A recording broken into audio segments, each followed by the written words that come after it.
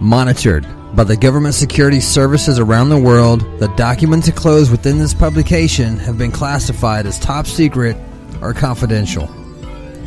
All information within this document relates to the infection outbreak. I feel it's my duty as a scientist and investigative medical professional to release this information to the public domain. I'm sure that I'm going to have to face the consequences for my action, but I firmly believe that the public in general need to be made aware of this outbreak.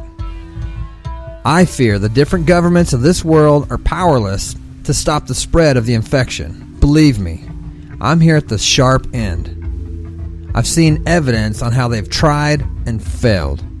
They appear to be always one step behind the infection and its dramatic spread. If you are able to read the evidence contained within this document, then you're one of the lucky few who have survived this nightmare so far. Fearing that any kind of faith has deserted humanity, may the God that you pray to bless us all. This is Dr. Marco Van Breukelen from the Disease Control Institute. The first report of the infection came on April 9th. A hotel in Orsforth, North Yorkshire, called the First Century Inn. This is the email sent to the Northern Area Manager from a concerned hotel employee known only as Grant. The email was titled, Urgent, Hotel Closure. It would be the start of this nightmare. Mike, you need to contact me urgently. I've tried ringing on your mobile, but it just goes straight to voicemail. The hotel's been closed by the police. There's been a tragic incident in one of the hotel rooms. One of the guests, booked in as Mr. James Kyle, attacked a number of guests on the first floor. Police were called, and due to his violent nature, police firearms officers unfortunately shot him. That's not all. The guests he attacks also started to become violent and started to attack other guests. The whole of the first floor is shut off, and I can't believe I'm saying this, but we now have a total of 6 hotel guests shot by police. The hotel's full of police officers, crime scene officers, and some scientific people who look very official. It's all really weird. I've overheard a couple of police officers talking about some kind of infection. The hotel is now a crime scene. Nobody is allowed to leave because the police are here. The investigating officers want a senior manager from the hotel group to attend immediately. I'm not sure if you're in the office and able to read this email straight away. The thing is, Mike, if this is some kind of infection, just prior to Mr. Kyle going berserk, I booked out 3 guests over with him. I've had to give their personal details to the police. As I said, I did try to ring you on the mobile, and I have left a voicemail message asking you to ring me back as soon as possible. Ring me, ASAP. Grant. April the 9th. A woman in Leeds city centre, Jennifer Madison, was going about her daily business when she found herself in the middle of chaos. This is her witness statement given to the police. Jennifer Madison. This statement, consisting of 2 pages signed by me, is true to the best of my knowledge and belief, and I make it knowing that, if it is tendered in evidence, I shall be liable to prosecution if I have wilfully in it anything which I know to be false or do not believe to be true. I am the above-named person, and I live at an address known to police. This statement refers to an incident that I witnessed in the city centre of Leeds. I will describe as best as I can what I saw. On Monday the 9th of April at approximately 1 o'clock in the afternoon, I was shopping in Leeds city centre. I was on my own and had decided that I would return home and was making my way back when I came to the junction of Calverley Street and Portland Way. I waited at the traffic lights and was aware of a commotion outside the Civic Hall. I could see people running across the road. The traffic lights had changed, so the cars were making their way across the junction. I noticed an elderly man who tried to run across before the cars moved. He stuttered, and the driver of a white transit van, I did not manage to see the registration number, hit him with such force that the elderly man catapulted backwards, and I saw that he smashed the back of his head on the road. My attention was then drawn to why everyone was running away. I could see a number of people writhing around on the floor of the pavement. I could see blood on their bodies and on the concrete. Standing in the middle of these people, covered head to toe in blood, I saw a male in a suit. He looked very hostile. I would describe this male as around 6 foot in height. He wore a dark suit and a white shirt. I could not say how old this male would be. His hair was matted and his face was covered in blood. In my opinion, he looked angry and very violent. I noticed that he was chasing anybody near to him. I observed a young woman who was cowering near the wall of the Civic Hall. She was screaming and shouting for help. I would say she was about 30 yards from where I was standing. The male in the suit ran over to her and, to my shock and disgust, started to bite her neck. She was still screaming loudly, and then her screams became more muffled and gargled until I saw blood spatter up against the light-coloured wall of the Civic Hall. I did not hear gunfire and did not see a knife in the hand of the man dressed in the suit. It was not until the man moved away from the woman that I saw blood dripping from his mouth. It appeared to me that he had bitten her on the neck. She slumped to the floor covered in blood. She was no longer screaming. In the distance I could hear police sirens. I was extremely scared and ran to a building nearby. A man ushered me inside. Once inside the building I could hear lots of screaming outside, but I could not see what was going on. I was inside the building with other people who were as scared as I was.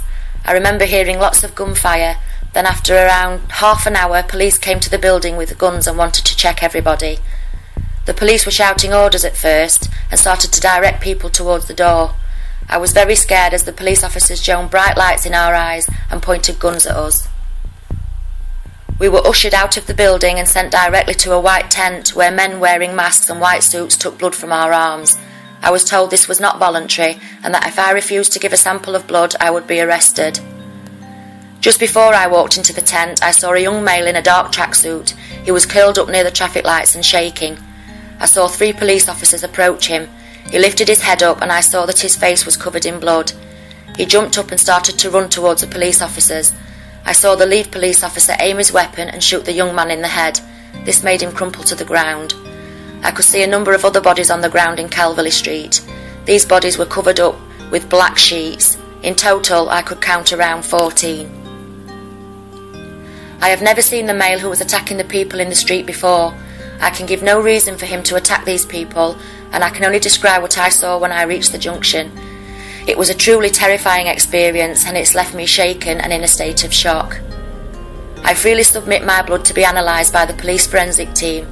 I exhibit this as JM1. If it becomes apparent that the police forensic team or any medical examiner should find an abnormality with my blood sample, I will adhere to any recommendations made by such people and present myself, if required, at a location to be specified.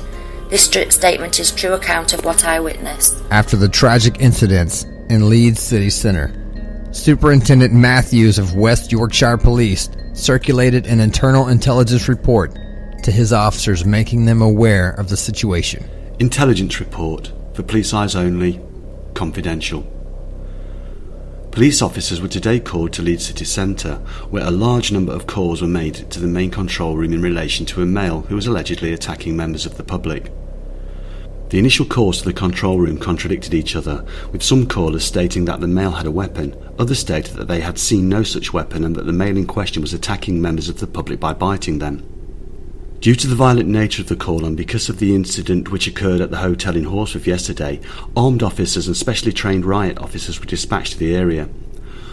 On police arrival at the junction of Calverley Street and Portland Way, a male was seen to be attacking members of the public. He was given direct orders by police officers to stop. The male refused to stop and turned his attention towards the officers. The male was shot 3 times to the head and was pronounced dead at the scene. Victims of the male, a total of 13 people, were found dead at the scene, but in a remarkable turn of events, these bodies started to move and became hostile to police. Orders were given by senior officers monitoring the situation to deal with the situation by the use of deadly force. A young male was discovered by police officers near the junction of Portland Way and Calverley Street, hunched by a set of traffic lights. Officers report that he was not responsive and when approached became hostile. He had bloodshot eyes and appeared to be foaming at the mouth. The male was also shot dead at the scene. The initial male who was making the attacks had been identified as Gareth McConnell. Date of birth was 14th of August 1968. There was no trace on the police systems. He was a work colleague of James Kyle, who was shot by police at the First Century Hotel in Horsforth today. Police were aware of his presence at the hotel and were in the process of trying to locate him. At present, Leeds city centre has been cordoned off. All members of the public present at the time of the attack and found taking refuge in the local buildings have been blood screened. At this stage, we believe that both the city centre and Horsforth incidents are linked. The press are reporting this is some kind of infection outbreak, but at present we are awaiting forensic and toxicology reports. All officers are reminded not to speak to the press regarding either incident and that any questions should be directed to the Press and Public Relations Department. Any officer found to be sharing confidential information with any outside source will be dealt with expeditiously. Superintendent Matthews, West Yorkshire Police. With the events in Yorkshire still fresh in people's minds, a newspaper reporter, Hannah McCall, was at the scene of what was described as a tragic accident for the local newspaper, the Wakefield Herald. Female dies in car drama. Hannah McCall. A female driver and her passenger are reported to have died whilst in their car, which had crashed on the A642 Aberford Road late last night. Police attended the scene and quickly cordoned off the area. No details have been released of the deceased at this stage. A police spokesperson commented on the incident that occurred at around 9 p.m. last night. We can confirm that a female and her male passenger died in tragic circumstances on Aberford Road. At this stage we are unable to release any details whilst the investigation is ongoing. When questioned further, police would not rule out suspicious circumstances. In a twist to this incident, local residents were evacuated from their homes, with medical staff being drafted into the area. No link has yet been established with this incident and the deaths which have occurred over the last 2 days in Horsforth and Leeds, but with rumours flying around the local area, residents are unhappy with the lack of information coming from the police and local authorities. Local MP Derek Mannering was contacted by the Wakefield Herald yesterday, but refused to comment further on the incident. I shall be talking to the House regarding recent events in the local area. I believe that we should allow the police to conduct their investigation unhindered, and we shall await their findings. Local resident Margaret Galloway, 48, took a completely different view of the situation. We have seen in the national papers of what has happened in Horsforth and Leeds. Now this happens opposite where I live. If it was just a road accident, then why are we being told to leave our homes? And why are there people in white suits telling us that we have to give blood samples? Clearly, people are worried and angered by the recent incidents, and with no further information available on yesterday's tragic events, the local people are obviously very concerned that there is a definite link. Local pub cricket team to tour France. A local pub cricket team is to visit France later this month, hoping to take part in a charity cricket tournament. Pub landlord Jeremy Kavanagh arranged the event with a former pub local who has retired to the south of France. It is intended the visit will last 5 days, including 2 matches and no doubt some multicultural exchanges. My department, the Disease Control Institute, were tasked with the testing of the dead bodies of Gareth McConnell, Mary Tanner, and James Kyle, as well as the people who were killed in the incidents in Yorkshire. The Home Secretary and Health Minister were sent this memo by Dr. McNamara, my longtime friend and colleague who copied me and made me aware of what was going on. This is the internal memo sent to the politicians. As you are fully aware, the DCI has taken full responsibility for investigating the incidents that occurred in Horsforth, Leeds and Wakefield. The bodies of Mr. James Kyle, Gareth McConnell and Mary Tanner have arrived in the labs, and we are conducting all the requested tests. As for the unfortunate attacks on the other members of the public, we can confirm that a separate testing lab has been set aside for these, as we believe them to be secondary infections. Those of Kyle, McConnell and Tanner are primary infections. We do not wish to cause any contamination of the evidence. We currently have the wife of McConnell in a secure unit. At this stage she's showing no signs of infection, but this is where we hit an obstacle. The cause of the infection is not known, nor is the incubation period. Tests have started on Kyle, the first person to be infected, and at this stage we are no closer to discovering what it is.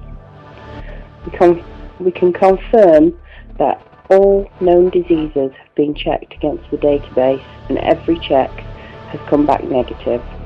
I believe we're dealing with a completely new infection of which we know nothing about. Internally, James Kyle is a complete mess. His organs are piles of slush, blood is thicker than we've ever encountered in any other living person, and is of a dark red come brownish colour. In summary, we find it completely impossible that he was able to live and breathe, let alone commit a frenzied and violent attack.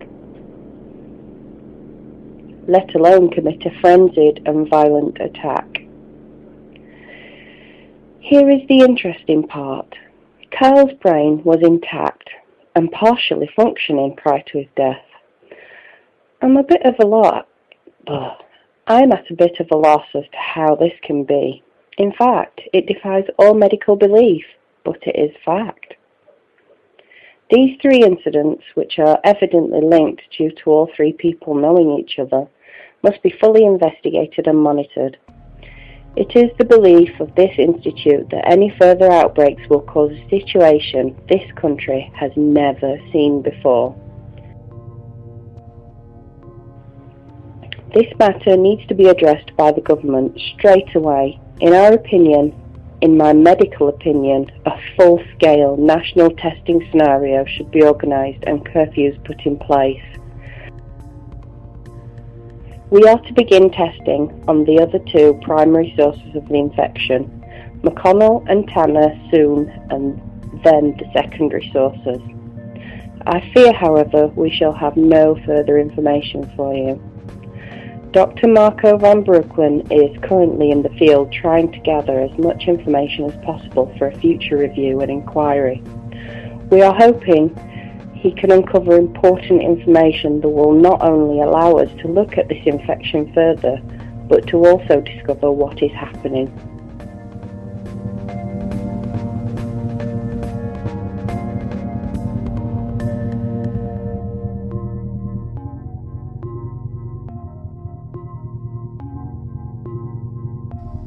Prior to the body of Mary Tanner being taken to the Disease Control Institute, she was examined by Wakefield Healthcare. This is the report given to the DCI by Dr. Gaskell. When the body was transported quickly to London for testing, I managed to get my hands on this report after it was passed to me by Dr. McNamara. Wakefield Healthcare. Medical report. 10th of April. Name: Mary Elizabeth Tanner. Date of birth: 9th of January 1970. Cause of death: gunshot wound to the head. Location of death: Aberford Road, Wakefield. The female was brought to the hospital after an incident which occurred last night.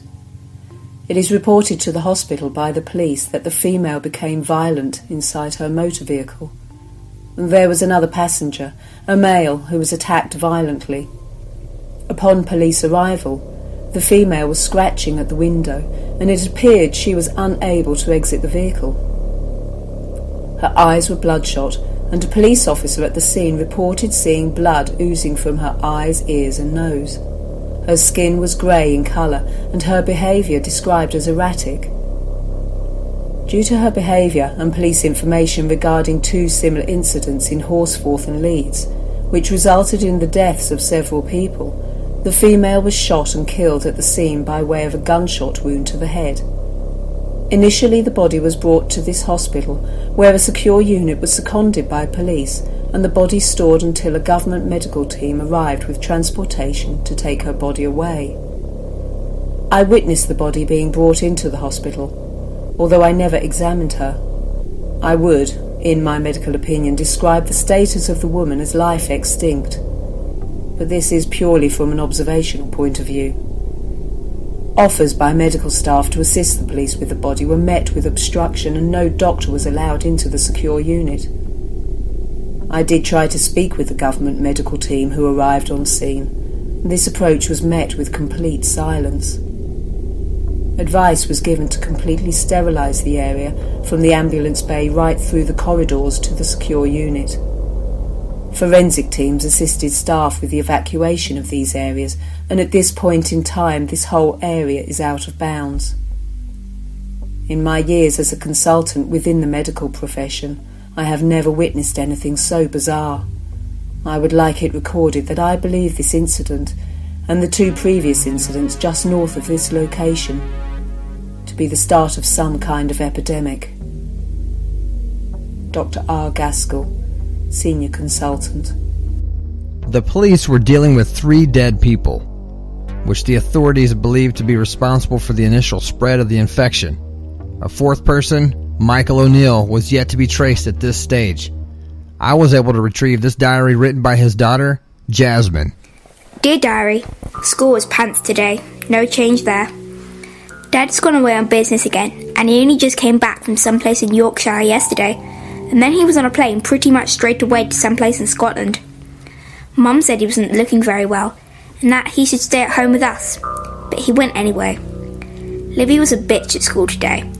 Mum said I should ignore her, but it's really difficult when she happens to be my supposed best friend. Best news is that we've been given the whole week off school. I think it's something to do with this virus up north. Hope my dad isn't coming down with it, because that would be so bad. I heard Mum on the phone earlier. She was trying to ring Dad at first, but he wasn't answering, so she rang Gran and was telling her how worried she was that Dad had been in Yorkshire and that was where the virus was. Thinking back, Dad didn't look very well at all. Oh well, Diary, even if I haven't got school for another week, I still have some coursework to catch up on. Boring history as well. Jasmine loves Craig forever and ever and ever. Jasmine O'Neill, aged 14, and I just can't wait to grow up. An internal flight from London to Glasgow was to spread the infection further to Scotland. This is the incident report by Security Officer Tennyson, present at Glasgow Airport when flight SA-GLW2 with 210 passengers on board landed. There were 110 casualties. Incident report of Security Officer Tennyson. The aircraft with 7 crew members and 210 passengers was engaged in a domestic flight from London to Glasgow. Just prior to landing at Glasgow International Airport, a report was made to the pilot by a member of the cabin crew of a commotion between passengers at the rear of the aircraft. Due to the pilot engaged in the landing of the aircraft, it was immediately reported to the security team on the ground, who would then meet the aircraft once it had reached the terminal. No descriptions were given at this stage. The aircraft came to a stop at the end of the runway. Security teams were observing when a frantic message was received over the radio from the pilot that urgent assistance was required. He refused to move the aircraft until security teams were present. As security teams made their way over to the aircraft, it was observed that emergency evacuation procedures were in process, with the cabin crew assisting passengers off the plane. The pilot confirmed there was no mechanical error with the aircraft. His voice was showing more urgency, and he requested police assistance as well as members of the security team. This information was relayed to the airport police. These officers are routinely armed, and therefore it was a decision of the security team that they be present due to the unknown risk posed on the aircraft. A few moments later, the plane was non-contactable. On arrival at the airport, security teams witnessed passengers had been evacuated, running away from the scene screaming. Some of the passengers were covered in blood. 2 members of the security team moved to the main exit area of the aircraft and were met by a number of mixed male and female passengers who appeared in a frenzied and violent state. They then proceeded to attack the security team for well over a period of 5 minutes. An urgent assistance call was made to the police, who arrived moments later. Police officers with firearms were deployed, and for the first time recorded at Glasgow, shots were fired. Some passengers appeared to be violent and attacked any living person who came close to them. I would describe these passengers as hostile, violent, covered in blood, and they appeared to have open flesh wounds to their faces and necks. 2 police officers were overpowered, and I personally witnessed a passenger biting down into the neck of one officer. It appeared to hit a main artery as blood spurted up into the air. At this particular point, I was situated inside my security vehicle. I continued to witness passengers from the aircraft act in a chaotic and violent manner. My attention was then drawn back to the police officer who had previously been attacked. He appeared to get up off the ground, even though I had witnessed him be attacked and, in my view, killed. he then started to join in with the attack. I managed to assist one of my security officers inside the vehicle. He was unharmed but in extreme shock. I then retreated from the area and made my way back to the main terminal. Whilst en route to the terminal, I instructed the main control room that I was authorising an immediate evacuation of the airport. At this particular time, I was unaware that the police had already taken this decision, and on my arrival at the terminal, I encountered more armed police officers and also a number of military units who were stationed nearby. My last observation was looking back out to the runway area, the stranded aircraft, as the frenzied attack continued. I witnessed a number of passengers wandering away from the scene in different directions. This report is submitted at the request of the airport security manager under the instructions of the local police. In closing, the initial passenger has been identified via seat number and booking number as Michael O'Neill from London. At this stage, no further information is held as to why he attacked the other passengers. Mr. O'Neill's body has not been recovered from the scene. With Michael O'Neill still missing after the incident in Glasgow, these text messages from his wife, Emma, were erased by the Department of Communications. It's evident from the text that she's aware of the trouble in Glasgow and desperate to hear from her husband. Emma O'Neill, London, 10th of April, 2:58 p.m. Mike, you haven't texted? Are you okay? Kiss, kiss. 3:10 p.m. Did you land okay? Kiss, kiss. 4 p.m. Jasmine has asked when you are coming back from Glasgow. Kiss, kiss. 4:30 p.m. Darling, you didn't look well when you left. Text me. Kiss, kiss. 5 p.m. You're starting to worry me now, Mike. I've tried ringing you. It goes to voicemail. 6 p.m. Mike, answer your phone. It says on the news that something has happened in Glasgow. Kiss, kiss. 8:20 p.m. Mike, Jasmine has tried ringing you as well. We are so worried. I'm calling the police. Kiss, kiss. British Radio News is the biggest news radio station in the UK. When the incident occurred in Glasgow, their most experienced newscaster, Jeremy Davies, was sent to the area to file a report. This was the first broadcast from Glasgow. The situation here at Glasgow Airport can be described as confused. We have learnt from sources that a passenger on board flight SA-GLW2 started to attack other passengers as the plane came into land. Police and security at the scene tried to deal with the situation and quell the panic. We have further reports that passengers then started to turn on each other. It is unconfirmed, but reports suggest that those passengers who were attacked then became violent themselves, showing signs of, yes, and this is what we have been told, cannibalism. 110 passengers were reported to have died during the attacks. Eyewitnesses claim that they saw these alleged dead passengers get up off the ground and then start to attack other passengers. The area was not secured, and it is believed that some of the passengers involved in the attack have left the airport perimeter. Police are currently trying to bring the situation under control.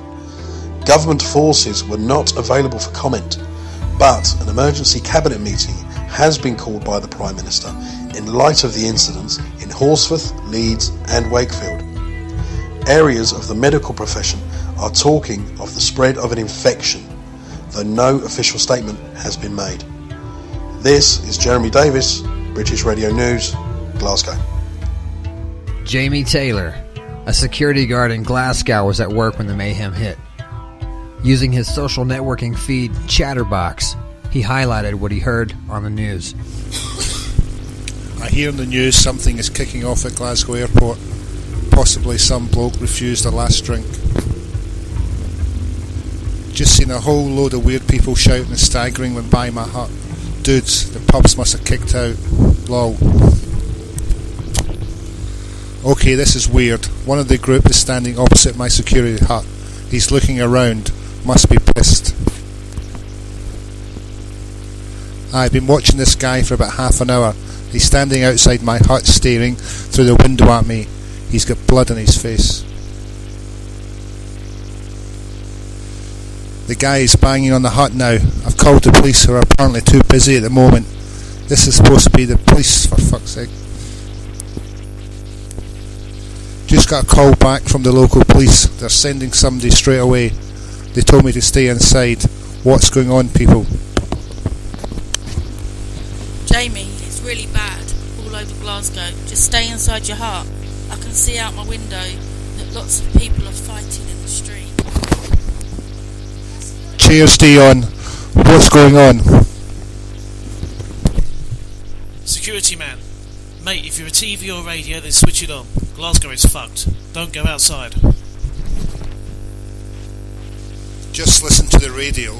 Rioting? What the fuck is this all about? Honestly, hun, you're better off staying there. Wait for the police to arrive. That guy just wandered over the road. This young girl walked out of an alley and he just jumped on her. He was fucking biting her neck. What the hell is going on? As any good reporter would, Jeremy Davies moved from the airport as rioting spread across Glasgow. As he sent his report live, Jeremy found himself closer to the danger than he wanted to be. This is Jeremy Davies, live from just outside Glasgow Airport. Rioting is spreading across the city. After the incident at Glasgow Airport, the mayhem has spread outwards towards the industrial area situated just outside. There are reports of groups of people causing destruction. Emergency services are stretched to the limit, and we have been told that they cannot handle the amount of calls being generated. We are based just outside the airport. I can tell you that I have seen people attacking each other in the vicinity, and I do not just mean fighting. I have seen people biting others around the neck, arms and torso areas. I have never seen anything quite like this before. Sorry, we need to move from here. The violence is starting to spread in this direction. Back to the studio. With the infection spreading and riots flaring up in Glasgow, the Prime Minister had no alternative but to call an emergency cabinet meeting. This was the memo sent to every member of the cabinet. Due to the tragic incidents over the last 2 days in Glasgow, Horsforth, Leeds and Wakefield, I had no other choice but to call an emergency cabinet meeting to discuss this situation. I am being advised by the Disease Control Institute dealing with some kind of infection. At this stage we do not know the source, cause or DNA of this infection, but I am assured the best scientists we have are working on a solution as I write this memo. The alleged infection is confined to 4 specific areas. I am not in a position to introduce emergency law nationally. However, the areas concerned will be placed under strict police and medical rule to safeguard those people living in these locations. This is an unorthodox and extreme measure, but one I think you will agree is completely necessary. The emergency cabinet meeting scheduled for tomorrow will be the most important meeting this government has had to hold during our first year in power. I'm also taking the unusual step of inviting leaders of the opposition to attend the meeting. Ladies and gentlemen, this is without doubt a most serious situation. Alana Greenwich, MP, Prime Minister. The National Post reported on News Worldwide. As the problem in the UK grew, they had no alternative but to alert the rest of the world as to what was going on. Glasgow riots. The incident at the Glasgow airport where 110 passengers, 3 police officers, and a member of the airport security team were attacked has now spiraled out of control, with rioting spreading across Glasgow. Police officers from all over Scotland were last night drafted in to deal with the situation. No request of support has been made to English and Welsh forces at this stage. It is unknown at this stage what the cause of the rioting is. Journalists are being kept away from the area, and as we report, government sources tell us that barricades are being constructed in pockets of the city to stop the spread of violence. Unconfirmed reports state that people are attacking each other, with widespread witness accounts of dead bodies littering the streets. The advice to residents is that you should stay inside your homes. Do not venture into the streets. until the police notify you that the area you live in has been declared safe. Prior to the riots in Glasgow, 3 communities had been placed under curfew. Horsforth, Leeds, and Wakefield are said to be under police control as the government introduced emergency law to these areas yesterday. It is unknown the exact reason why the government has taken this extraordinary step, but with these 3 locations being the scene of tragic incidents in the last few days, there are rumors that the deaths are linked. Although hundreds of miles away, these 3 areas could possibly be linked to the riots that are now occurring in Glasgow. Unable to leave his place of work, Jamie Taylor returned to his social network site, Chatterbox, to see if he was able to find out what was going on. All night I could hear gunfire and screaming. The police never arrived. I told my boss to come and get me out. My boss phoned me and apparently where I'm working is cut off by the police. I've been told not to leave the security hut. Is there anybody online? I've just seen about 5 people staggering down the road covered in blood. One had a massive chunk missing from his face. What the fuck is going on, people? Took me ages to get online. My battery's running down. Does anybody have any news? The Department of Communications was a government monitoring service who worked closely with the government and security services. They released this memo shortly after receiving instructions from the Cabinet. Order notice. Under instructions from Cabinet Ministers, Department of Communications staff are instructed to monitor all social networking sites, media outlets, blogs and web pages in relation to the incidents that have occurred in Glasgow, Horsforth, Leeds and Wakefield. This order also extends to text messaging and monitoring of telephone calls. All service providers of internet and telecommunications are to be given a copy of the order signed by the Prime Minister, and they will be assisting this department within its required remit. Until further notice, all staff leave is cancelled. Director of Communications. Emma O'Neill still has no word from her husband. These frantic text messages were intercepted by the Department of Communications. Emma O'Neill, London, 11th of April, 12:15 p.m. Mike, I can see what's going on in Glasgow on the news. I hope you're safe. I've contacted the police. They're sending someone over. 12:20 p.m. It's silly, I know. I just think of the last kiss you gave me before getting on the plane. 12:35 p.m. I hope I don't come down with your flu bug you had. I'm starting to feel a little unwell. 12:51 p.m. I'm starting to get really angry now. I've made Jasmine cry by shouting at her, and that's not like me. Will you bloody text me back, Mike? With police still searching for Michael O'Neill, things take a turn for the worst when an emergency call is made to police by his daughter. This phone call would confirm that the infection had definitely spread to London. You're through to the police. What's the nature of your call? Please, you need to come quick. Okay, calm down. What's your name? Jasmine O'Neill. What seems to be the problem? My mum went to attack me. I've never seen her like this. Where do you live? 47 Collins Street, E28. Okay, there are officers on their way now. Where's your mum? She's downstairs. I can hear her banging around and groaning. Why is she groaning? I don't know. Has she hurt you? No, I ran upstairs. Has your mother come into contact with anyone feeling unwell lately? No. Well, my dad was unwell before he went away. Where is your father now? I'm not sure. Somewhere in Scotland. My mum hasn't spoken to him. Okay, Jasmine. Where are you now? In my room. Stay there. Officers will be with you shortly. Just stay on the line. Oh no. Jasmine, what's happened? I think my mum's outside my bedroom door. This is the police report from Officer Eleanor Davidson, who arrived at the scene of 47 Collins Street after the phone call from Jasmine O'Neill informing police that her mother tried to attack her. Unknown to Officer Davidson, specialist units were also on their way to assist. I am PC Eleanor Davidson, shoulder number 716. I was on duty in a marked police vehicle, call sign India Papa 39.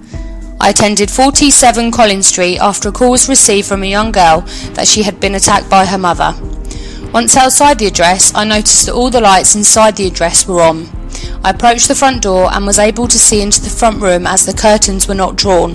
The television was on and the room looked neat and tidy. Suddenly the face of a female appeared at the window. It startled me and she started to bang on the window. Even though it was double glazing, she was hitting it with such force that I could see the glass vibrating. This female, who I now know to be Mrs. Emma O'Neill, looked angry.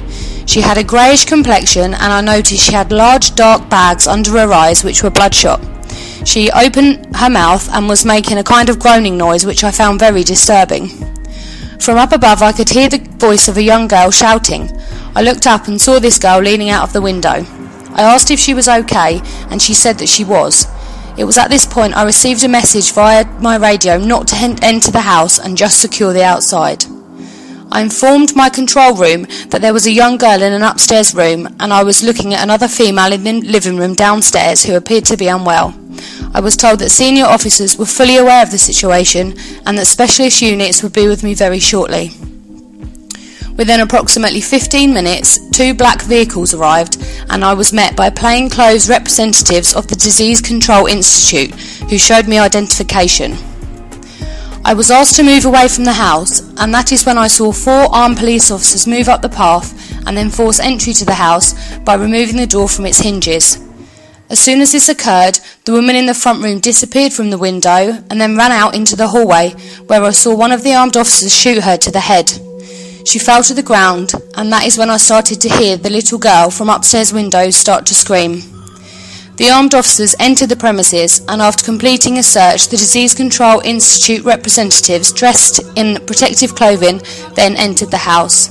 A short while later, they reappeared with the young girl who was now dressed in protective clothing. She became upset when she saw the body of her mother laying on the floor, but was quickly dragged away and placed in the back of one of the black vehicles. The 2 vehicles then left the scene. I was ordered by my inspector to cordon off the house and that under no circumstances should I allow anybody into the location unless they were from the Disease Control Institute. Arrangements were made for the body of Emma O'Neill to be taken from the location immediately. I was informed that the body of Mrs. O'Neill was infected. By what, I do not know. I then moved away from the scene and set up a cordon 200 metres away.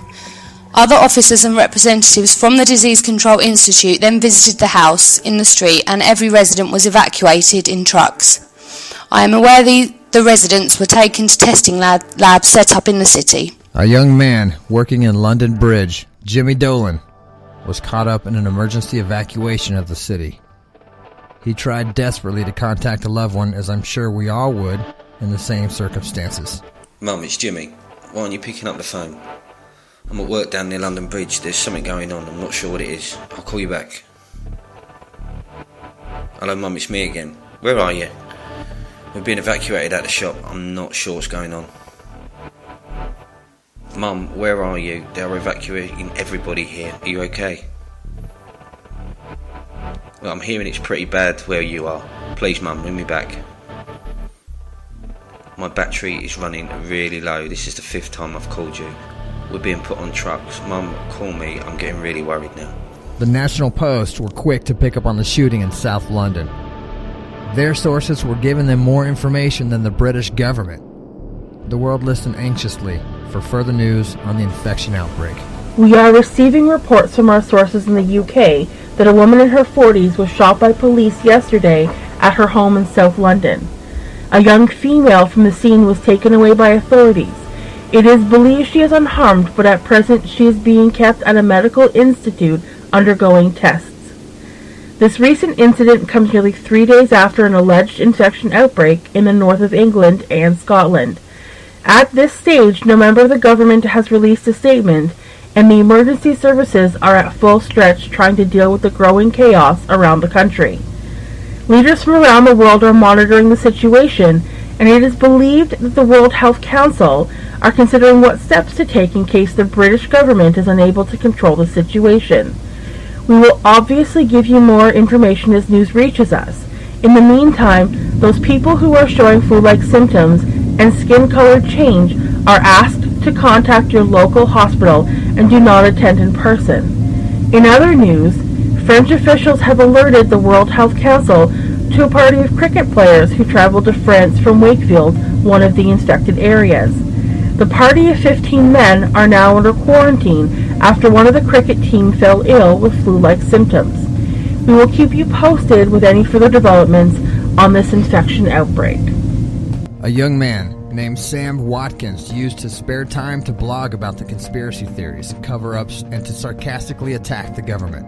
With news spreading of the infection outbreak, his blog subscriptions shot sky high, and I was able to monitor his thoughts as he posted from his blog in East London. Welcome to the Renegade blog. Sam Watkins here. Well, things seem to be getting a little out of control here in the UK. I've been getting emails from friends both here and abroad asking me if I'm alright. I would like to inform you all that I'm absolutely fine. Currently here in my bedsit in East London, drinking coffee, and I have the news on which is reporting the shooting in South London yesterday of that woman. You all know I love my theories. Well, how about this one? The police aren't saying much. The government, as always, aren't saying anything, and we are led to believe that this woman was a danger to the public. She was a 40-something-year-old housewife from London with a teenage daughter who was shot in the head by police. As far as I'm aware, she wasn't a serial killer and she wasn't a bank robber. I'm hearing rumours on the internet that her husband is missing and quite possibly had this infection that is spreading. It doesn't take a rocket scientist to work out that this woman herself was infected, and so the police had no other choice but to shoot her. That means the infection is no longer confined to the north and Scotland. It is here in London. How many people did this woman come into contact with? What happened to her daughter? Where is her husband? Why are they evacuating parts of South London? These are the questions that nobody is answering at the moment. Where is the government when you need them? As I type this blog, I can hear more than usual amount of sirens blaring up and down the high street. Guys and girls, all I want to say is stay safe and keep your wits about you. I reckon this thing could get out of control. Until next time, this is Sam Watkins signing off. The Home Security. Brian Cartwright sent an email to the Prime Minister. He touched on recent events, and within the memo, it's obvious that he has concerns over how the situation was being handled by the government. Dear Prime Minister, we still have Leeds, Horsforth and Wakefield cordoned off. There are growing numbers of people becoming infected. They are being taken care of by way of lethal force. We have no antidote to this virus. We are keeping news reporters at bay from those areas, and so far have been able to keep the list of casualties out of the papers. We have armed police officers shooting infected civilians and civilians themselves attacking each other. It's not getting any better, Prime Minister. The wife of Michael O'Neill was shot dead yesterday in London. Her daughter has been taken to a testing lab to see if she has any signs of the virus. The wife of Gareth McConnell, one of the first victims, was also being held at a similar lab. She showed no signs of the infection, and a doctor, against orders, allowed her out of her secure unit, thinking that she was clean. She was killed yesterday after the infection erupted inside her body. She managed to infect 3 doctors, some nurses and patients inside the unit in Manchester. This is where the problem is at the moment, Prime Minister. Apart from the 3 areas mentioned and Glasgow, we are now encountering problems in Manchester, London, Birmingham, Nottingham, Newcastle, Cardiff, Dundee and Liverpool. Prime Minister, I implore you not to keep this outbreak under wraps any longer. We need help to control this. We need a national curfew until we can bring this thing under control. Of course, I'll support you in whatever decision you make, but we need help. Brian Cartwright, MP, Home Secretary. My DCI colleague, Dr. McNamara, was observing the young girl Jasmine O'Neill, who was rescued from her infected mother in East London. Jasmine was at the Disease Control Institute HQ, where the medical teams were trying to assess if she too was infected. So tests conducted on Jasmine O'Neill show her to be clear of the infection. As we're unable to say for certain whether she's completely uninfected, I've given instructions for her to stay in isolation for the immediate future whilst being closely monitored by the medical team. Jasmine is unaware that her mother has been killed, and when asked by the little girl what happened, I said I would try to find out. Of course, I'm withholding the truth. I do not like lying to her, but we need to keep her mentally stable. The only request Jasmine has made is to have her diary so that she can write. I feel that this is a simple request given the circumstances, and I've told the medical teams monitoring her that she is allowed to have a pen and a book that she has to hand back at the end of each day. This could also be a way to monitor how her emotions are changing. Still no word from the government as to what measures they're putting in place. Dr. McNamara, Disease Control Institute. With the infection spreading fast and no known cure so far, the UK Border Agency were ordered by the government to take action. Their actions would cause the United Kingdom to close its borders. UK Border Agency. It is with immediate effect that the borders of the United Kingdom are to be closed to inbound and outbound traffic. At this present time, all ports and harbours are now under the control of the Royal Navy and Customs and Excise. All 471 airports and 11 heliports are closed, with border control officers vetting and screening those passengers who have already arrived. For extra security, the Army are to patrol the major airports, with Heathrow being controlled by the military for their own use. Any requests to leave the United Kingdom are denied. If you are not a British national, then the Border Agency strongly recommends that you contact your embassy regarding this matter. This is due to the current infection outbreak that is affecting the whole of the United Kingdom. Any person found trying to leave the country by any means will face the risk of security services using lethal force. UK Border Agency. Some say that no news is good news. In this case, some news is catastrophic. This memo from the UK Travel Agency would confirm the world's fears about the infection outbreak. The United Kingdom may not be alone in this nightmare. The travel documents for James Kyle, Michael O'Neill, Gareth McConnell and Mary Tanner have been obtained. These four people work for the same financial company, and prior to returning to the United Kingdom they had travelled together for a business conference in North America. Their trip consisted of visiting the United States and Canada before they returned to Europe, and stayed in Rome before flying back to the UK. At this stage it is unknown where they were infected. We are still trying to establish their itinerary, and once this has been confirmed we will be in a better position to notify the government. It is of the opinion of this department that both the American and Canadian authorities be made aware of these findings. UK Travel Agency. I was keen to see how the little girl, Jasmine O'Neill, was getting on. Having spoken to Dr. McNamara, I'd been made aware that Jasmine was allowed to continue writing her diary. I asked my colleague if I could have a copy of every diary she made. Dear Diary, I'm sitting in my room with only a bed and a small table for me to eat my food. The walls are made of glass, and outside I watch the doctors in white coats stare back at me, look at charts and machines. I have been told that they are trying to see if I am sick like my mum was. So far I feel okay, but I don't like sitting here on my own. A nice lady doctor comes to speak to me. I asked her how my mum was, and she said that she would try to find out for me. I am scared, but the lady doctor told me that I have nothing to be scared about, and that she would come and visit me every day. Even though we had a falling out, I wish Libby, my best friend, was here. Then it wouldn't be so bad. I don't know what's going on, but it must be pretty bad, because I've never been in a hospital like this. Jasmine O'Neill, aged 14, and I am wondering if I will ever grow up. With the news that the initial 4 infected people had returned to North America, the British Prime Minister had no other option but to contact her counterparts in the United States and Canada. She knew, as we all knew, that her words would cause terror across the Atlantic. To the President of the United States and the Prime Minister of Canada, it is with deep regret that I have to update you with further news of the crisis here in the United Kingdom. At present, every town and city is coming under the control of the police, security services, and armed forces.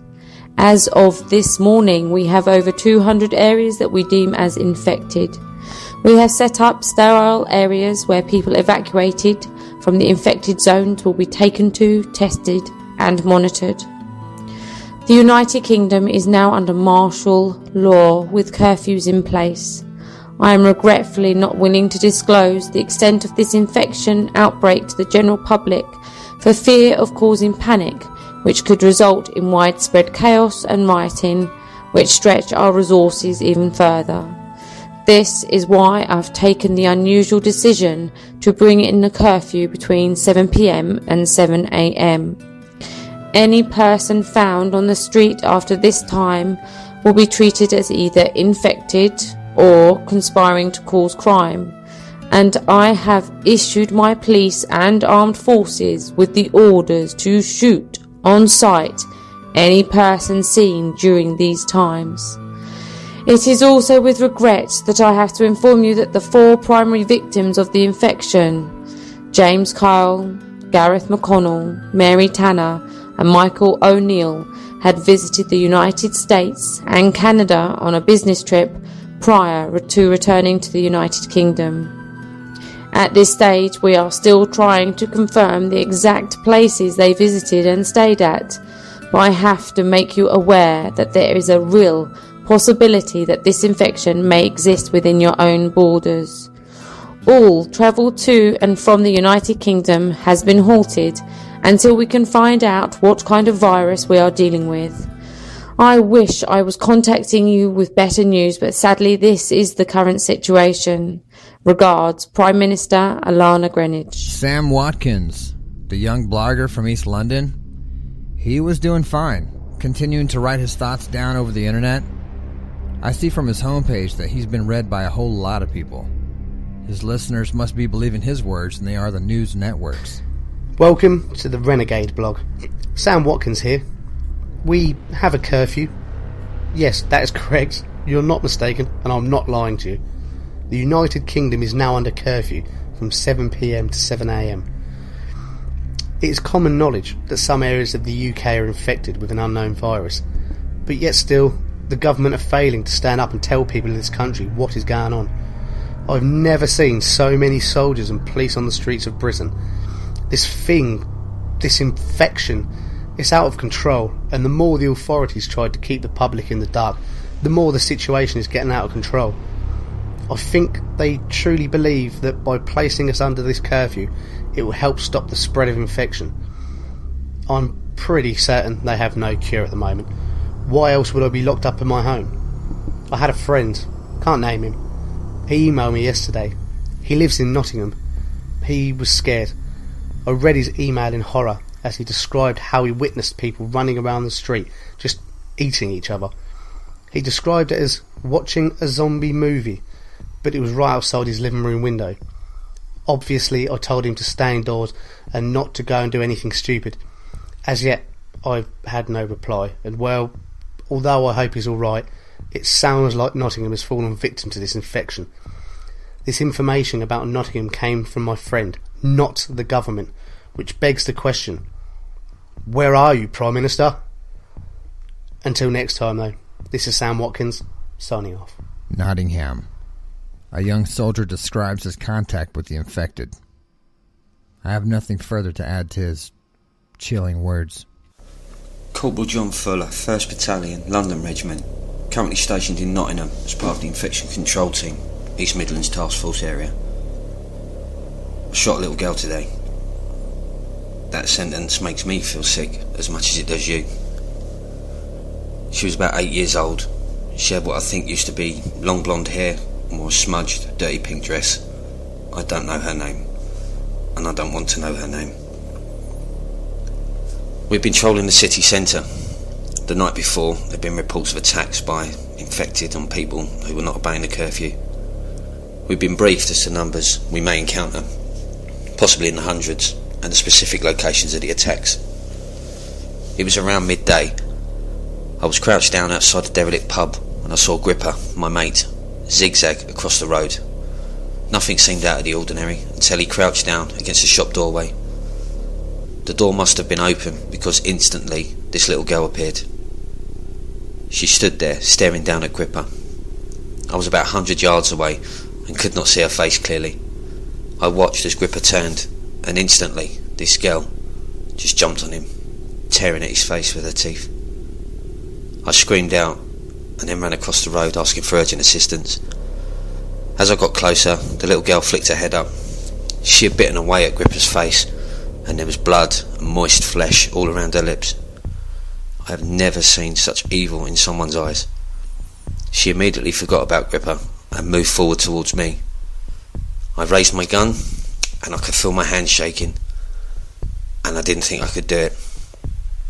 But as she got closer, I closed my eyes and pulled the trigger. When I opened them again, she was laying on the floor, her head demolished by my high-velocity bullet. I felt the nausea build up inside me, and then I remember vomiting all over the floor. The rest of the guys arrived, and as I composed myself, I looked over at Gripper, who just sat bolt upright. One of the guys took him out of a single bullet to the head. We all stopped for a moment and just stared at each other before our platoon sergeant ordered us back to the truck. If there are any doubts, this infection is real, and it is here in Nottingham. I shot a little girl today. The National Post, as always, led the news pack when it came to reporting the news on the infection. It came to their attention that the UK was not the only place to be suffering from this outbreak. Reports are coming out of France and Italy that they are trying to contain the spread of an infection similar to the one that has currently brought chaos to the United Kingdom. A team of British cricket players did leave the UK prior to the borders being closed, and it is being reported that one of the team was indeed infected. The outbreak in Rome has caused speculation that people who were infected by the virus have visited the city. Authorities in France and Italy are pressuring the British government for answers, but as yet, Prime Minister Elena Greenwich has not released a statement, which is being widely condemned by the political community. A meeting of world leaders via video link has been suggested by the Australian Prime Minister to discuss this growing problem. Although Australia have no reports of the infection, they have taken the controversial decision to stop all further international travel, a move that will surely prompt other nations to follow suit. The latest locations to report infection outbreaks in the UK are Aberdeen, Belfast, Swansea, York, Sunderland, Dover, Southampton, and Grimsby. It seems at this stage the infection is spreading quicker than it can be controlled. We shall obviously give you any further breaking news as it happens. The Canadian Prime Minister was quick to respond to the email from the British Prime Minister. He did not mince his words when he replied and let the British leader know exactly what he thought. To Prime Minister Elena Greenwich, although news of your initial infected victims to these regions allows us to act, I fear that this has come a little too late, with it being nearly a week since you were aware of the situation. I have taken the necessary steps to stop all flights to and from the UK after talking to the Australian Prime Minister, and it is with regret that I have to inform you that I am not at all happy with the way your government has tried to deal with this situation. Your country is in the grip of an infection not seen by mankind before, and yet you choose to not publicly address your people. We now have outbreaks in France and Italy. God knows where this thing is going to crop up next. My personal advice to you in this time of trouble, Prime Minister, is to step down and let somebody who is able to control the situation better try to find a solution to this sorry mess. This isn't just your problem anymore. I am not being overdramatic when I say this, but it could be the end of civilization as we know it. If we had known sooner, we could have assisted you and helped to stop this before it got out of control. I thank you for your correspondence warning us that infected individuals came here to Canada. I do not thank you for taking so long in telling me. Prime Minister Holden. British Prime Minister Elena Greenwich and U.S. President Joshua Barrington had been close friends as well as allies for some time. His response to her email, although not as cutting as Canada, still gave some strong opinions. Alana, I am so sorry to hear of what is happening in the UK at the moment. You don't say in your message when you first heard of these infected people visiting the United States. Well, I have a team of my best trying to establish if we have any cause for concern here. They've dealt with some of the most dangerous diseases in the world. Once we've determined that we're safe, I will gladly offer you their assistance. Please don't be stubborn. Allow someone to help. I'm sure you will be in great need. You need to tell your people that you will fight this thing. As far as I can see, they know nothing at the moment. Please update me with anything you find out. My sources tell me you knew that Rome had been visited by one of these infected. Why weren't they told? Alana, you need to get a grip on this. Right now. Joshua Barrington, President of the United States of America. This letter was given to me by the police in London after the girl went missing. The girl who I only know as Haley described the horrors that surrounded the people of the United Kingdom. Dear Mum, they say that the country's gone to rat shit. Everybody's scared and food is running low. They are saying this is one of the worst disasters to hit this country. But to be honest, I'm having the time of my life. One of my crew I hung around with because he's dead now. He was all like getting caught up in shit with the police. I knew he had some guns on the floor bed in his bedroom. And when this shit started happening, I just went round there. The house looked empty when I arrived, but then I heard some banging around in the kitchen. So I opened the door and he was standing there all grey and bloody. He just growled and came towards me. So I ran upstairs to his room and shut the door. He used to smoke a lot of weed, so he had a lock on the insides. I managed to get it bolted just as he slammed into the wood. I felt the vibrations, let me tell you that. Then I heard the scratching and the banging on the outside. I ain't lying, I was shitting myself. I knew what floorboard he hid the guns under, so I pulled it up and there was. One black gun and one silver one. He had shown me before how to use one, and after taking a deep breath, I flickered the catch on the lock with the ends of the silver gun and ran back. There was silence, and the door flew open. He cocked his head to one side and then came towards me, gritting his blood-stained teeth. Bam! One shot took him out. He was my friend. He wasn't my boyfriend, just a friend who I used to smoke with, going nicking stuff with together, and just hanging around. He had the reputation as a bad boy. Not now though, with his brains leaking over the carpet. Anyway, I decided I'd have enough of this.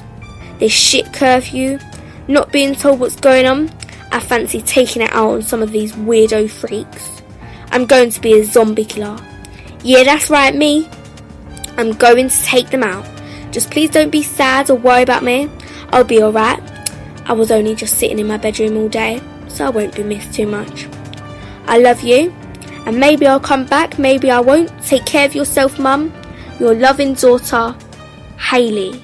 Over in Dublin, Ireland, Declan O'Brien is sitting in his home talking to his friends on his social networking page, Netbook, when he hears a commotion next door. These are the downloads of his status update. 15th April, 3 p.m. Sounds like there's a party going on next door. The woman who lives there is banging and crashing around. I would join her, but she's 80 years of age. 15th of April, 3:25 p.m. The guard have just turned up. Heard them go inside, now there's even more crashing and banging. She goes well for an 8-year-old. 15th April, 3:55 p.m. I can't believe the old lady from next door is staggering around the street with her dressing gown on. 15th of April, 4:10 p.m. Now the guard are outside. What the fuck is going on?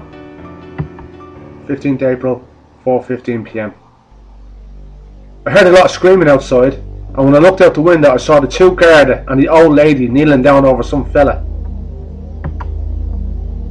15th of April, 4:20 p.m.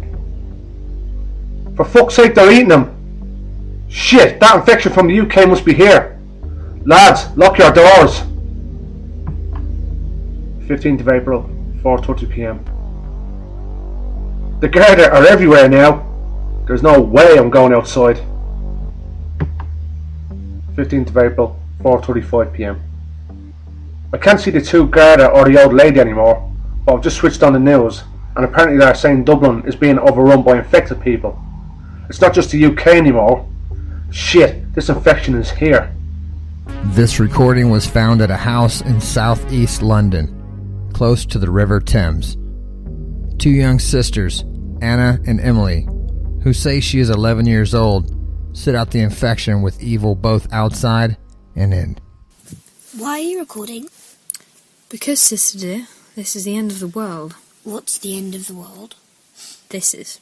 Mum said it was just the flu. Of course it's just the flu. It's a flu that makes you eat people. Why are they eating people? Because they're hungry.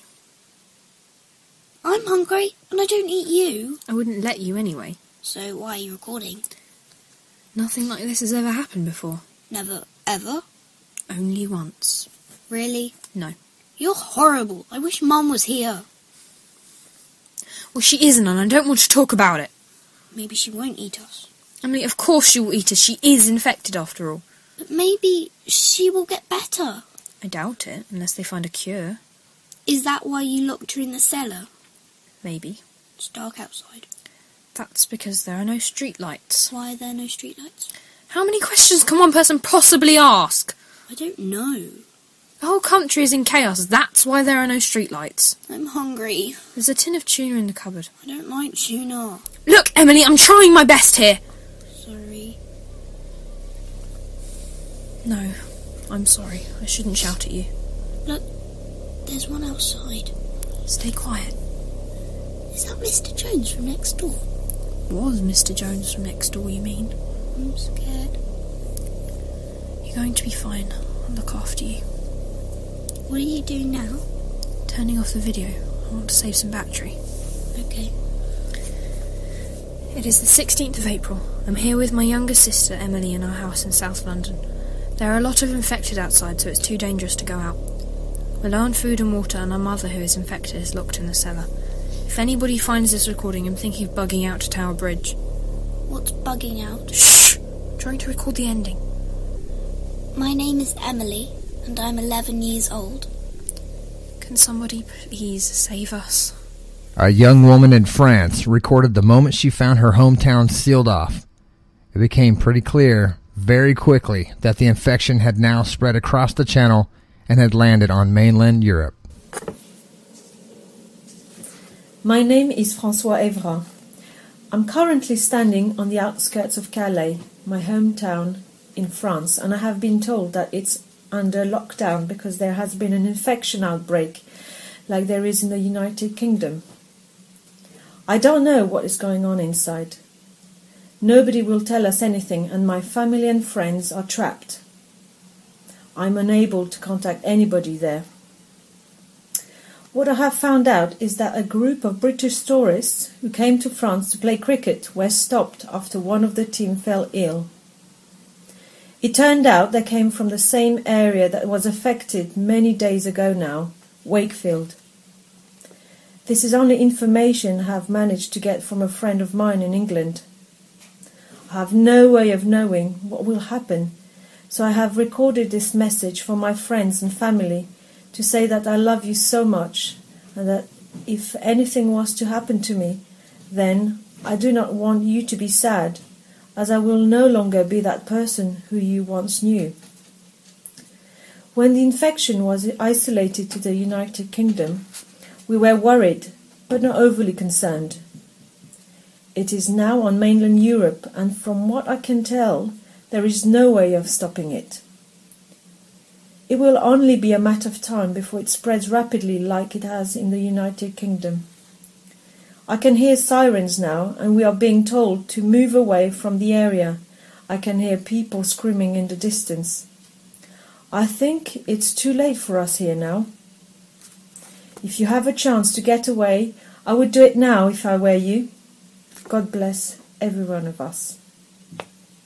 After a team was sent into the town of Scunthorpe to search for possible survivors and to try and clear the area, they stumbled upon a house where they found this note.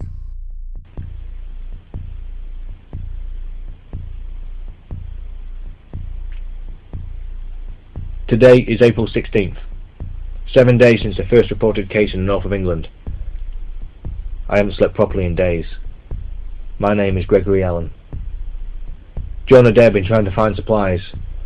I've had to ration what I eat and drink. I remember before I could just go to the cupboard and pull out whatever I wanted. That soon stopped. Scunthorpe, where I live, is now just a ghost town. The only people I see now are those that are infected. Every normal person was evacuated once the town was overrun with the infection. I stayed because I didn't want to be taken to some godforsaken camp where I'll be living behind barbed wire fence. That's what I imagined it would be like. As soon as the army and healthy people left, I came to my hiding place in the attic and waited. It wasn't long before I saw them lumbering by my window. Hundreds of them. I would go out during the early morning. Strangely, they didn't seem so active then, and I could collect what I needed. It's free shopping, and nobody around to arrest me for stealing, so it wasn't long before my cupboards were full to my satisfaction. At the moment, I still have electricity, gas, internet connection, and television, although the internet is slowing down and television stations are on a continuous loop. How long I have these things, I do not know. It all happened yesterday. I was out collecting some sheets of aluminium hoarding that I wanted to use to board up the window. I hate looking at those things outside. I was just putting the last one on the shopping trolley that I'd borrowed when I heard a sound behind me. I have no idea where the thing came from, but there it was, right in front of me. It lurched forward and swung with its arms. I dived out of the way as quick as I could and ran down the street to the safe haven of my house. Once inside, I locked the door and slumped down on the sofa, my heart beating fast. It was then I felt a stinging sensation to my arm, and as I looked down I saw the scratch marks with the blood seeping over the ridges where the skin had been broken. I panicked and I knew straight away that the thing had caught me. I was infected. So that's it really. Today is April 16th. 7 days since the first reported case in the north of England, and I got infected. Fortunately, I managed to obtain a gun for emergencies, and this is one hell of an emergency. And enough time to write this note. So whoever finds this note, if you'd be so kind to go into the bathroom, you'll find me in the tub and my brain's blown out. Now I can't infect anybody else. It was a good run while it lasted.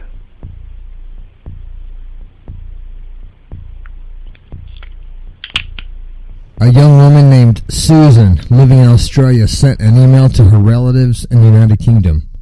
She was obviously worried about how they were coping, and as she says in her email, Australia, fearing the spread of infection could go global, has closed its borders. Dear Aunt Glenda, hi, it's me, Susan. I can see on the news that things are pretty bad over there in the UK.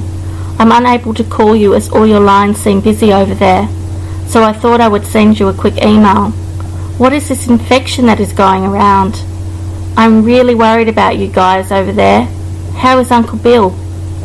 I wish I was able to speak with you so that I could hear you tell me that everything is okay. I'm not even sure you'll get this email. It has got everybody really scared over here in Oz. They have closed the borders, but I don't think it's here. It must be just in Europe. They aren't evacuating any of the major towns and cities, so I guess they are not too worried about it at the moment. That said, it's the talk of Adelaide. Everywhere I go, there are people talking about the infection and how awful it is. I saw on the news that France, Italy and now Spain are reporting infections. I guess it's only a matter of time before it spreads further. There are rumours that this infection has cropped up in Southeast Asia and in the United States. But that's just a rumour. I haven't seen any reports on the news. Well, I hope you receive this email, as we are not getting a lot of news about what is happening in the UK. If you can email me back as soon as you read this, then my mind can be put at rest. Sending my love, Susan. Spain is the next location in Europe to come under the grip of the infection. Gary Bishop, a UK resident on holiday in Spain with his family, is caught up in the madness that's sweeping the world. This video message was picked up on his social network site. Spain, too, was now facing the spread of this nightmare. This is Gary Bishop. I've been on holiday here in Spain for the last week with my family. There is chaos on the streets as the infection has ravaged the United Kingdom, has spread and reached its beautiful holiday resort in Malaga. The police are struggling to control the situation as people leave in their thousands. The Spanish government are trying to control the exodus as they fear that the people who are infected will spread the virus further. But at this stage, there are no strategic plans for this. Spain has asked the United Kingdom for further updates on how the infection spreads and asked them to share information so they are able to combat the disease. But as yet, the British government have yet responded. Apart from the United Kingdom, there were reports of infection outbreaks in France, Italy, the United States, Canada, Mexico, Germany, Portugal and Switzerland. It is not known at this stage how this infection can be stopped. Governments from around the world are monitoring the situation in Europe and North America. All I'm concerned about right at this moment is keeping my wife and children safe. Oh my god, I can see thousands of infected people heading towards us. I've never seen such a sight. They look like savage beasts, foaming at the mouth, covered in blood. People are screaming. Oh my god, they're coming straight towards us. Oh no, where are my wife and kids? Jasmine O'Neill. This little girl has lost her mother and her father to the infection. I've been told by Dr. McNamara that this brave little girl is not showing any signs of having the infection. But with this nightmare spreading throughout the United Kingdom, it was time for Jasmine to find a new place to call home. Dear Diary, all the doctors have been very kind to me since I've been here, especially the lady doctor who visits me. She told me that today it is the 18th of April. I still don't know what's happened to my mum, but everybody seems really busy. Today was a bit weird. The lady doctor came to see me and told me that everybody was being evacuated to somewhere else. I overheard the doctor saying that this infection that makes people ill has spread very quickly and they have to set up safe areas for people to go to. The lady doctor told me that as far as she is concerned, I was not infected and that as soon I would be able to leave, but she wasn't sure where I would go.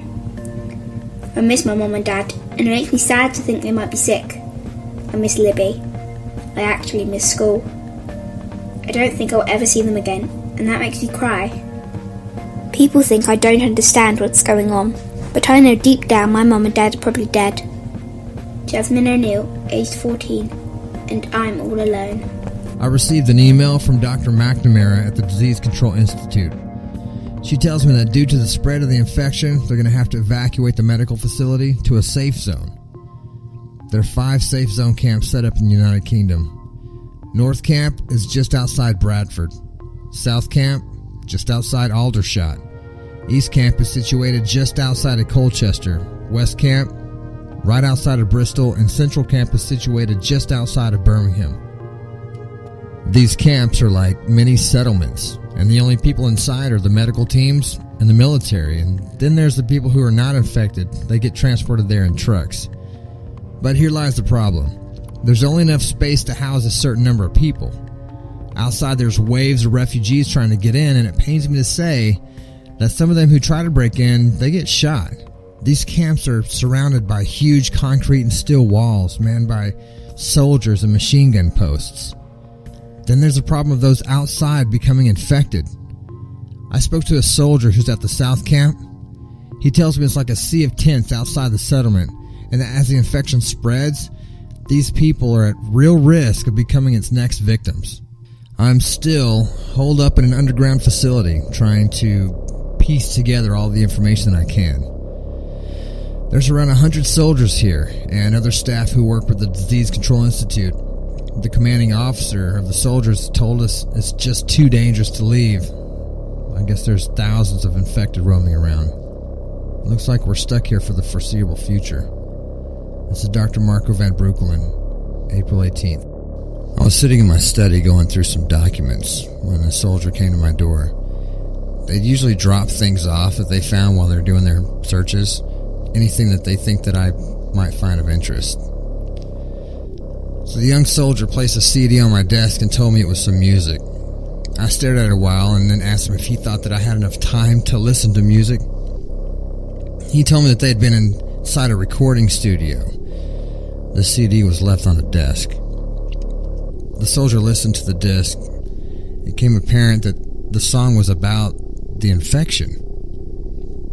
There was a note attached to the CD that told me the song was written and sung by a musician called Ray Cordell. I wonder where he is now.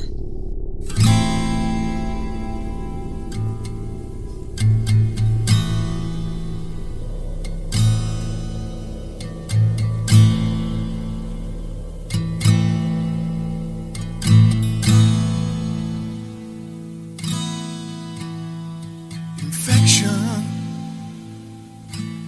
well, it burns into me. Chaos and plague, it's just surrounding me. The cries of pain that hunt you down, they bear your name. You have been found. Whoa.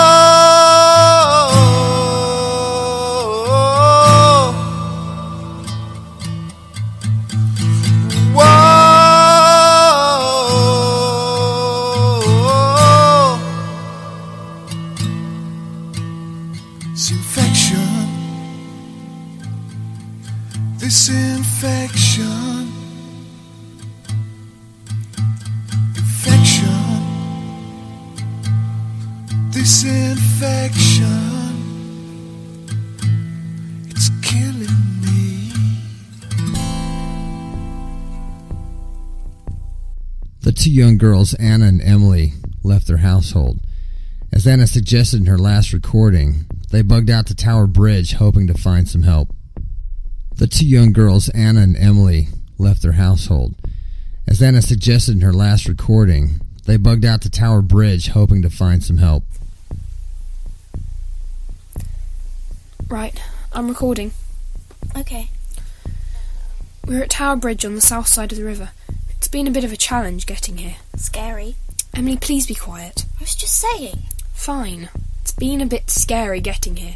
There were so many infected we had to hide most of the time. My favourite place was the sweet shop. Yes, Emily, I know. Your pockets are filled with chocolate bars. So, what do we do now? I'm not sure. It's very quiet. I'd rather it be quiet than full of infected people. I can see one. What? Where? On that big bridge. For God's sake, Emily, I thought you meant here. Sorry. And that big bridge is called Tower Bridge. And is that the Tower of London? Yes, Emily. Is this really a good time for a history lesson? We can hear something. It's an engine. What? A car? It's coming from the river. A car can't go in the river. No, a boat.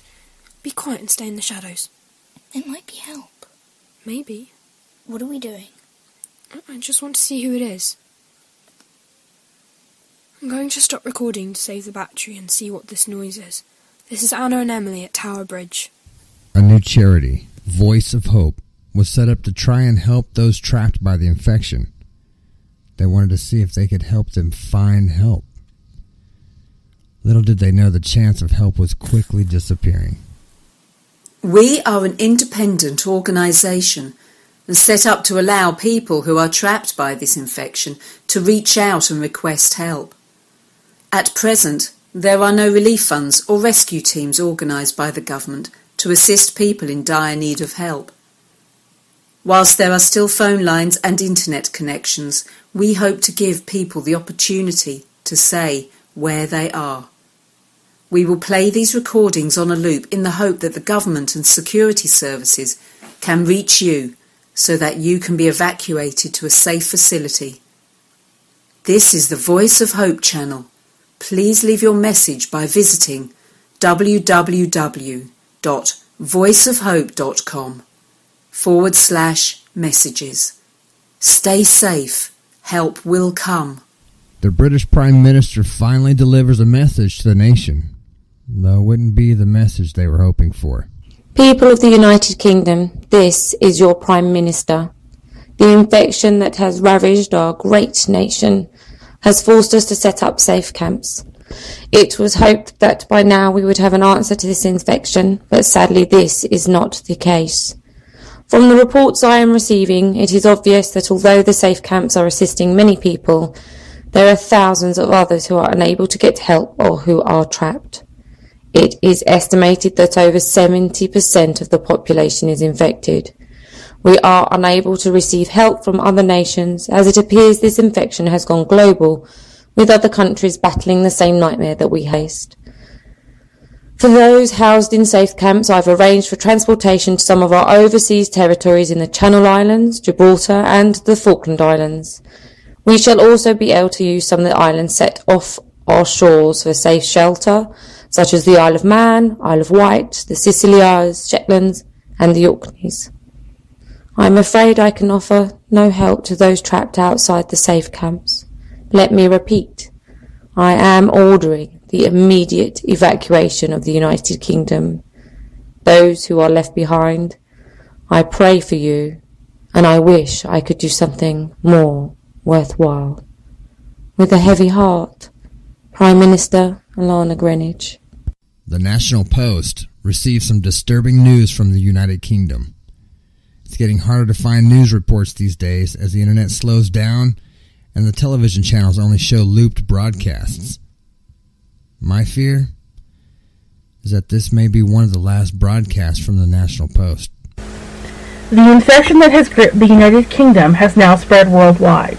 This information has come directly from the World Health Council. This epidemic has now reached every continent, with some countries free of the infection completely closing their borders.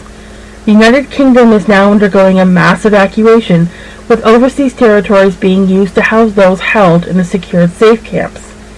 And we have some breaking news just reaching us. The British Prime Minister has allegedly taken her own life due to the pressure of the infection outbreak.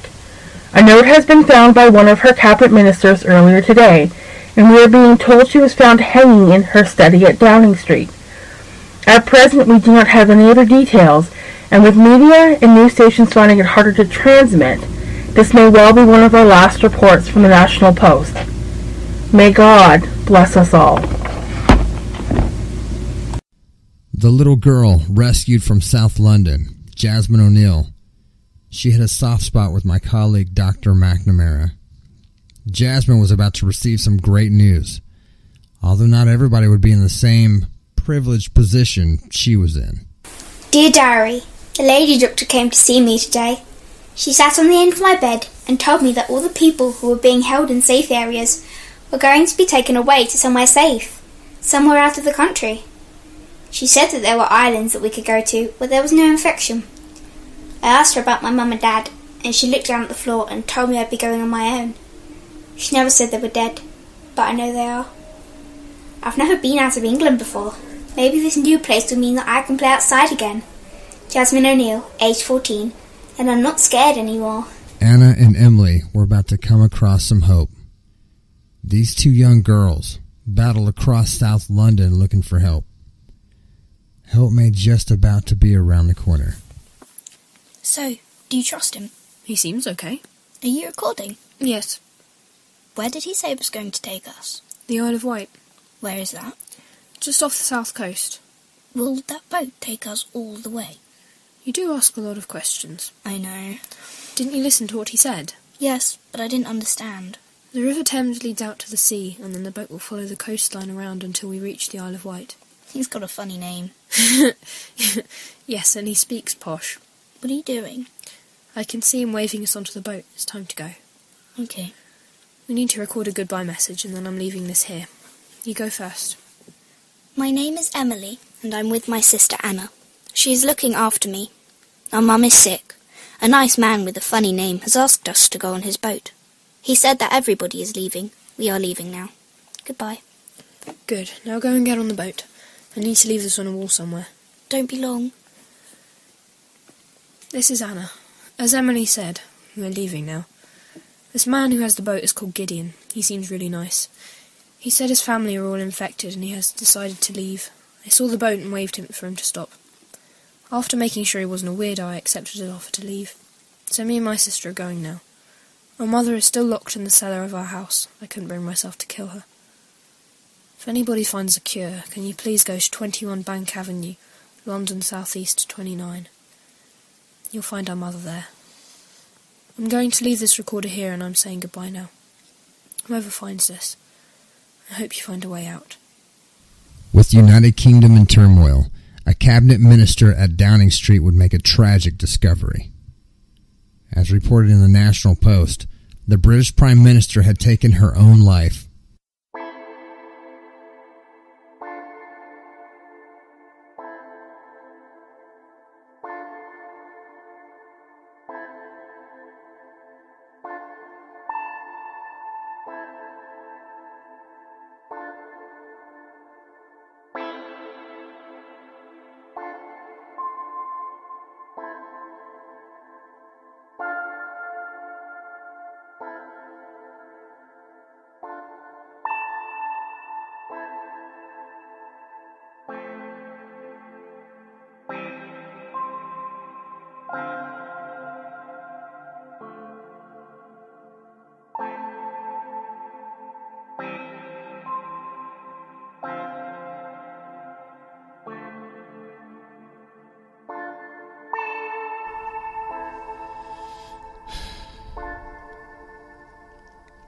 It's been 4 months since this infection outbreak in the United Kingdom. I'm still here, in this underground facility, trying to piece together what I can to understand this nightmare. I'm not sure I ever will. My colleague, Dr. McNamara, she was very successful in evacuating the healthy people from the medical lab. One of those being Jasmine O'Neill, who was taken to the Channel Islands. Anna and Emily, they were fortunate enough to escape this nightmare, as their recording stated. I have no idea if they made their destination. I hope they did. As for everybody else, I don't know their fate. Except for Sam Watkins. You remember. The internet blogger from East London. Well, he was picked up by the soldiers and now remains here with me. He's a bit of a computer whiz, so I've been helping him scour the country tracking down those left behind. Well, you've heard, I now call the Chronicles of the Apocalypse. The Voice of Hope website, started by a charity for those looking for help. Still active for the moment. For how long, I just don't know. Sam was able to hack into their systems. It's now more of a place for people to leave their personal messages. There's no more help, so the entire planet is now battling this infection.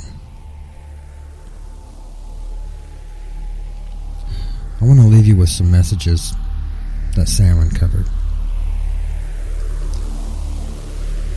This is Dr. Marco Van Brooklyn.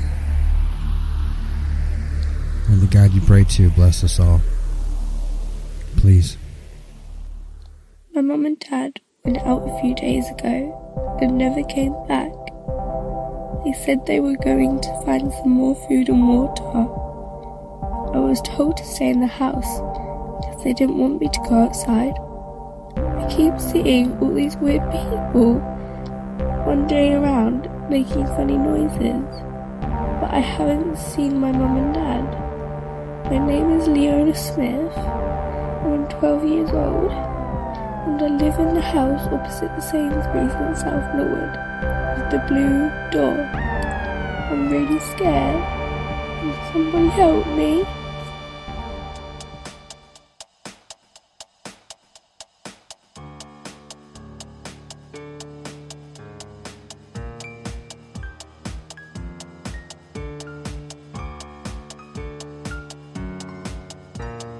First name Gordon, second name Davis. I'm in a house in Nottingham. Really could do with some assistance. As I look out the window, I can see infected people just staggering around. So if there's anyone out there, can you please come and get me? This is Louise Havisham in Surrey. I'm trapped in a farmhouse just outside Godstone. I'm pretty well stocked up, but for how long I don't know. My husband, a farmer, was out in the field when he was attacked. I'd seen the news and knew all about the infection. He returned after being missing for 2 days. He was no longer my husband, but a hungry, violent, infected person. He's still out in the yard, somewhere. Sometimes I can hear his guttural groans. I need to get out of here. Please help me. My name is Julie Gilbert. I live in Birmingham. I'm trapped in a shop in the Boring Shopping Centre. I have very little food and water. Calvin Bannerman, age 33. Trapped in Cardiff. Need help. They are everywhere. When I say they, I mean those disgusting creatures with the infection. I'm unable to get out. There are so many of them just staggering around outside. If anybody picks up this message, please, I'm running out of food and water and I need help urgently. I have lots of food and water. Trapped in a motorway service station on the outskirts of Manchester. Can someone come and keep me company? Preferably female. Blonde.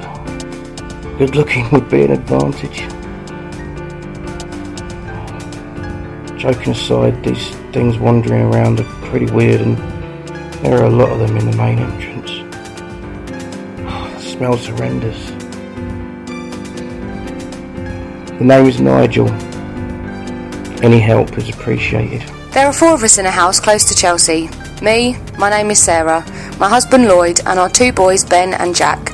We really need somebody to rescue us, so if there is anybody out there, we will be at the clock tower on King's Road at midday, every day. Please, anybody. Jennifer Madison here.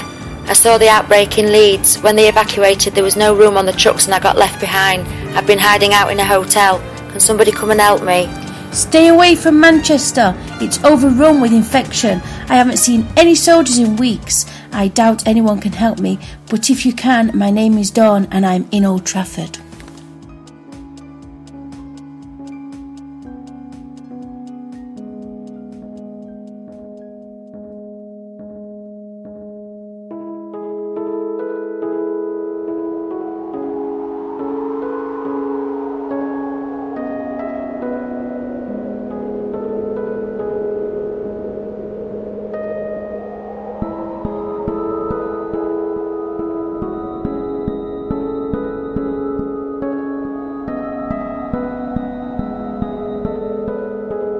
The lady doctor said I should record a message.